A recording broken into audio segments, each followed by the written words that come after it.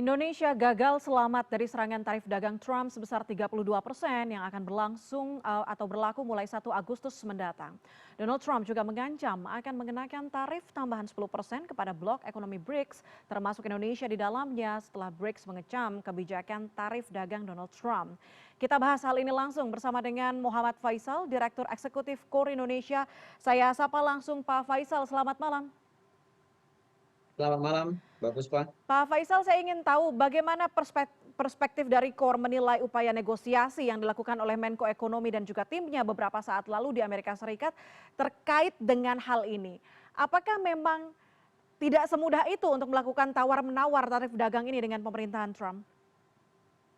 Betul, memang tidak mudah ya. Pertama memang kita perlu apresiasi upayanya, tapi di sisi yang lain kita mesti akui juga bahwa upaya tersebut gagal ya. Jadi artinya ada kegagalan dalam hal kita berdiplomasi perdagangan. Nah, tapi di sisi yang lain juga adalah bahwa sejak sejak awal kita memang sudah prediksikan untuk mencapai negosiasi, melakukan negosiasi dengan Amerika itu tidak mudah. Ya, jadi dalam kondisi seperti ini semestinya kita juga harus mempersiapkan kemungkinan yang terburuk. Ya, dan itu sudah terjadi ya ketika tidak tercapai negosiasi dalam artian tarifnya tidak seperti yang kita harapkan gitu ya. Nah, nanti untuk menunggu sampai 1 Agustus juga silakan diteruskan negosiasi, tapi di sisi yang lain kita juga perlu mempersiapkan bahwa kondisi yang sama bahwa itu tidak bisa juga mencapai kesepakatan baru yang kita harapkan. Nah, dalam konteks itu berarti kan kita harus menyiapkan plan B dan plan C gitu, Mbak. Mhm. Oke, tapi siapa yang paling terdampak Pak Faisal terhadap tarif dagang 32% ini nantinya? Seberapa berat kemudian hal ini berdampak pada ekosistem industri? Secara umum kita punya pangsa pasar ke Amerika untuk ekspor itu 10%, Mbak.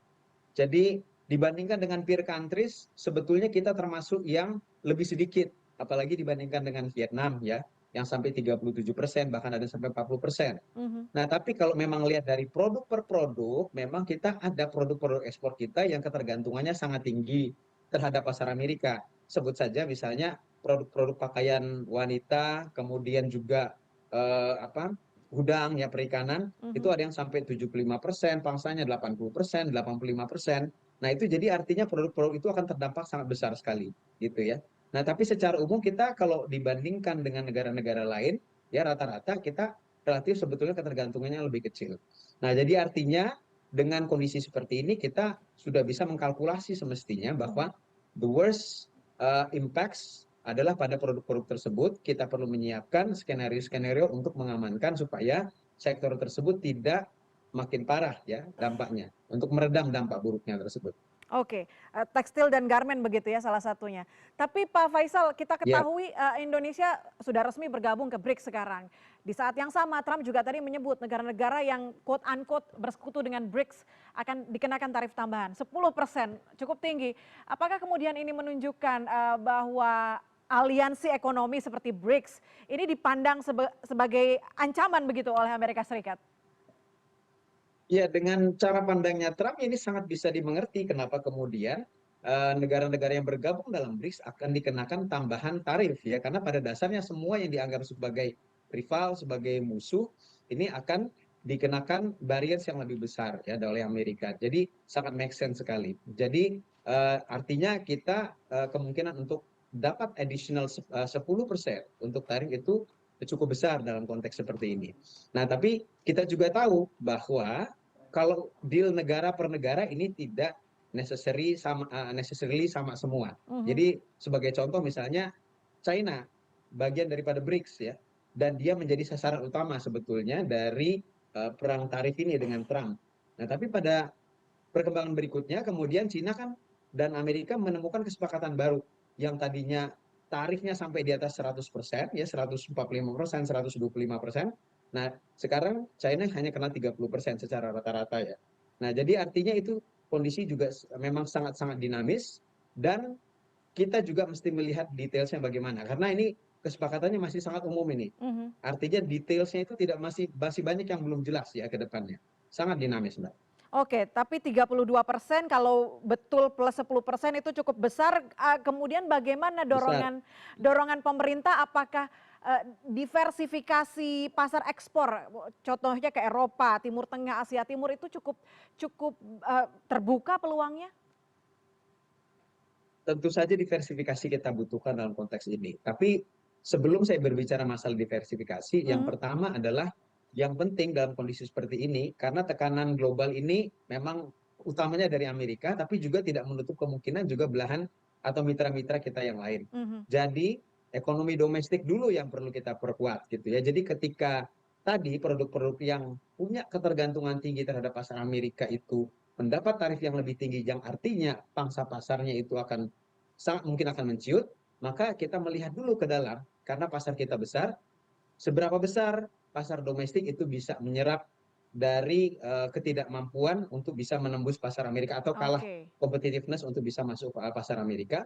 Baru kemudian kita juga melihat diversifikasi tadi oke. ke pasar-pasar yang lain gitu ya. Baik itu yang sudah kita pikirkan sebelumnya dan termasuk juga yang sekarang baru sebetulnya adalah potensi baru dari China yang ingin menggenjot konsumsi domestiknya, Mbak. Jadi itu juga salah satu peluang baru juga kita kalau kita berbicara masalah alternatif ekspor kita.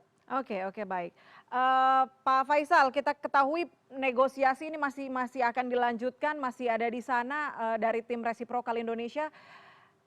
Kalau prediksi Anda seperti apa? Mungkinkah goyang angka ini 32% atau seperti apa? Kemungkinan besar kalau dari prediksi saya akan tetap sama 32%. Apalagi kan waktunya juga yang pendek ya.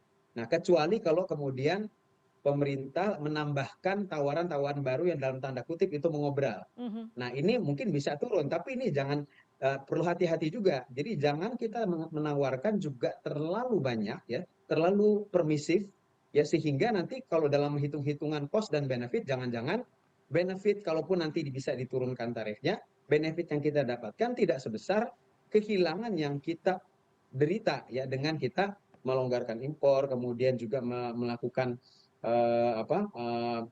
perubahan-perubahan ya, penyesuaian-penyesuaian yang bisa berdampak kepada ekonomi kita domestik. Karena dari yang sudah sebelum ada perang tarif pun mhm. kita ada sektor-sektor yang sudah berdarah-darah pada saat sekarang ya sehingga ada gelombang PHK.